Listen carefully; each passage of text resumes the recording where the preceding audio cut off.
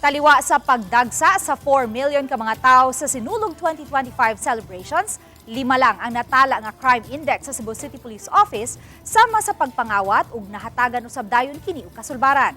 Dugang detalye niini sa live report ni Alan Domingo. Lan?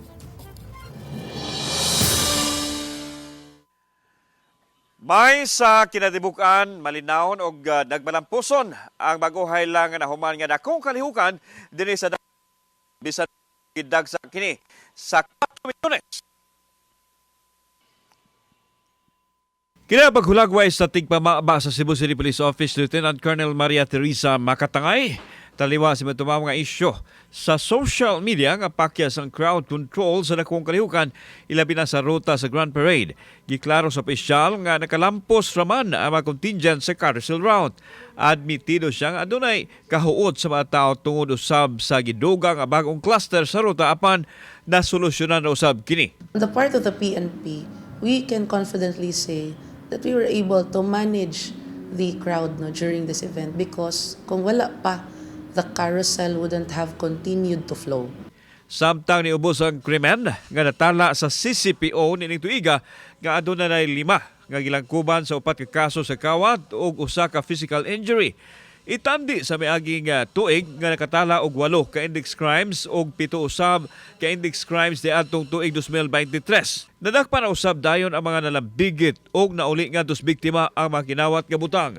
Kinibisan pa man o gidagsa sa 4 ka milyon ka mga tao ang dakbayan atol sa Sinulog 2025.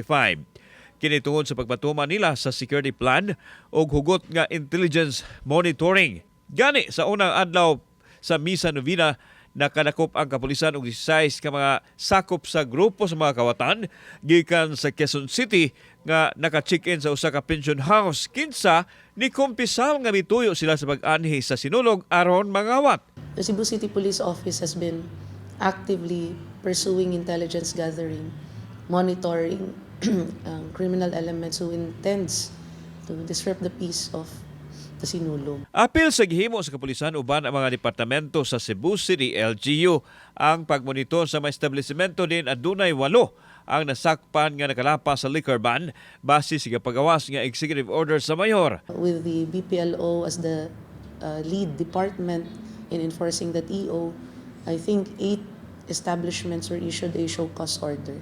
Samtang mukapin sa 300 ka mga tao o establishmento ang naisyuhan og citation sa Environmental and Sanitation Enforcement Team kung SISET.